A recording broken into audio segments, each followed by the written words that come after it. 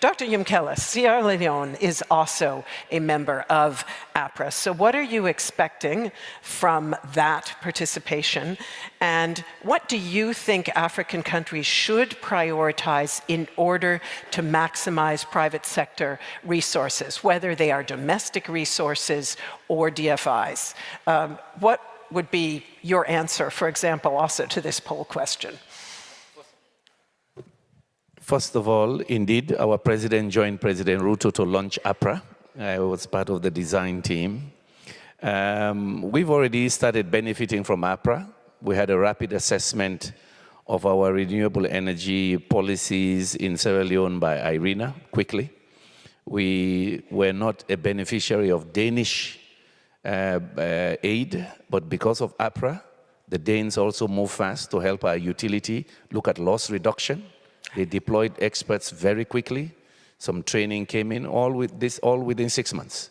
And in addition, they're providing some funding through the EU now because they don't have a presence in our country, but they're passing the money through EU for more mini grids.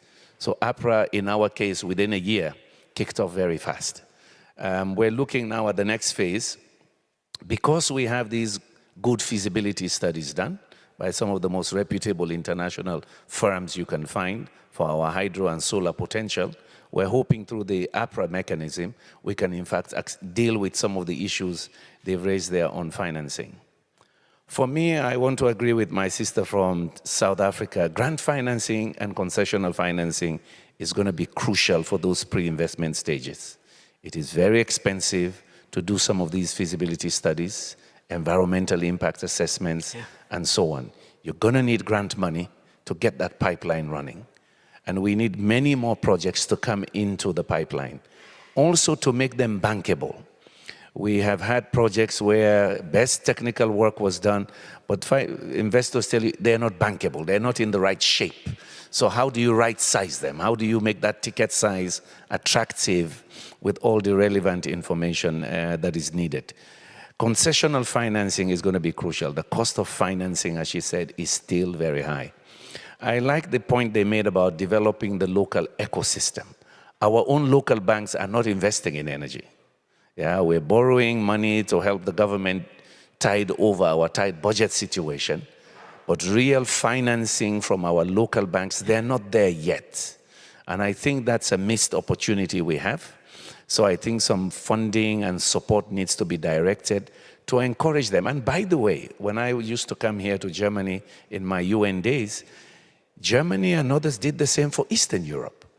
The old issue about energy efficiency was not a big market in Eastern Europe. I know exactly the stories from EIB and from EBRD, what they had to do, because I chaired some of those meetings here in Europe in those days in Brussels with Commissioner Piebalgs.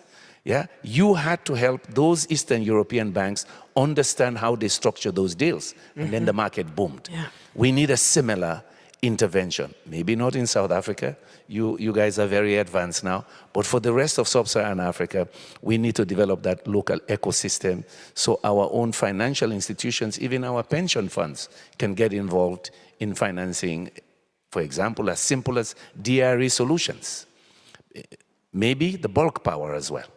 May I just ask you in follow-up to that, the bankability issue, is it also a capacity building issue? Is there a need for more training also for local financial institutions to be able to generate those bankable project offers? Yes, the bankability has a capacity building component of the technical skills needed to really take the project ideas to that level. It also has to be with understanding and training within the financial systems in our countries to understand how to structure those deals. Yeah, and I believe also it has to do with risk perception sometimes. You know, our countries are looked at too risky. I mean, one of the most innovative financing we've received last year was this gas-powered project. Yeah, DFC had to combine their money with the ECOWAS Bank that provided the risk cover for that project to go through. Without that structuring, it would not have happened. Right. DFC required that comfort. We cannot give sovereign guarantee, so another financial institution had to step in.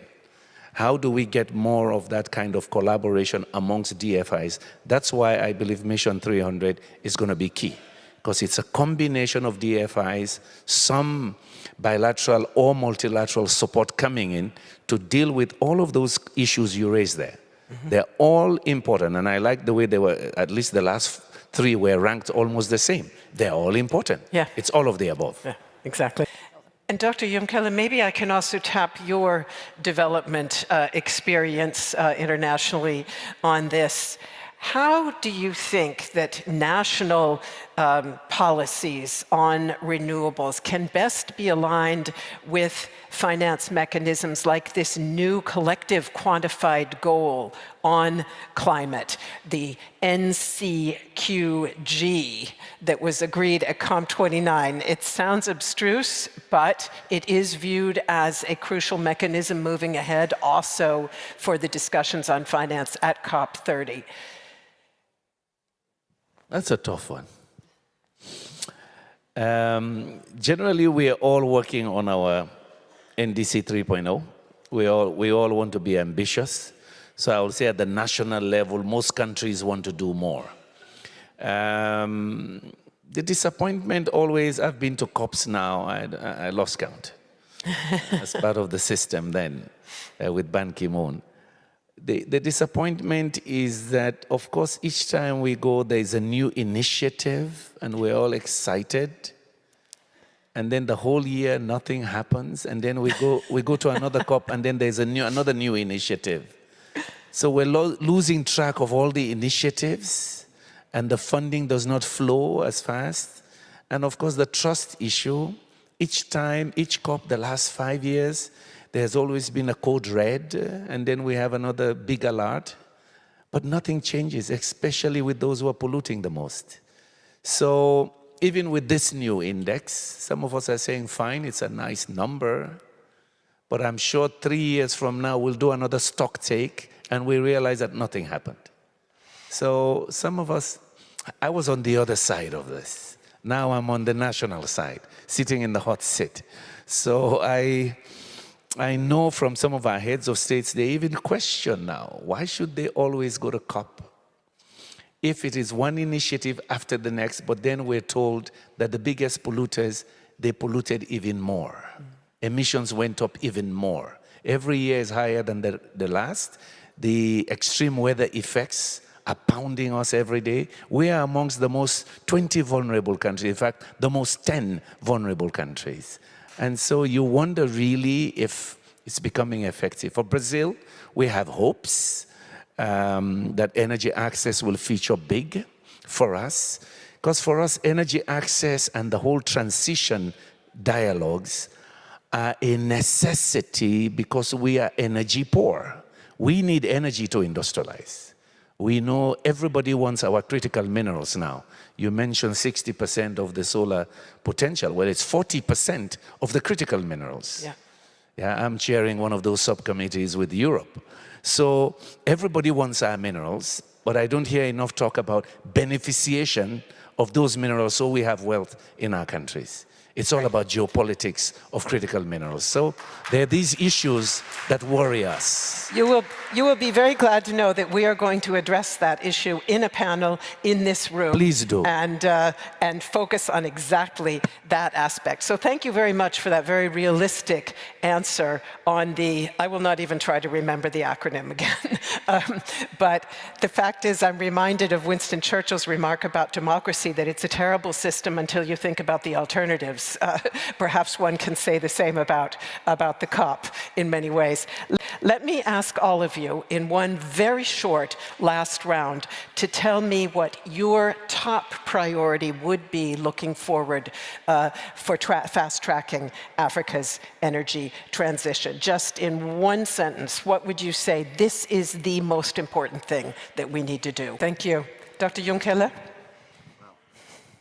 Top priority? For me, it's very clear. I need to make a deal with my colleague here at the EU to get my projects moving. I've been visiting Brussels for so long. Now I need to access Gateway. I chair some of those panels for the EU in Dubai. and we've been partners for a long time. I've chaired their energy strategy group. Now I need them to work with me so that 8 million people have access to energy. And we set that as an example that in 5 years, together with the new commission, we delivered something. One good African case where we achieved all our objectives.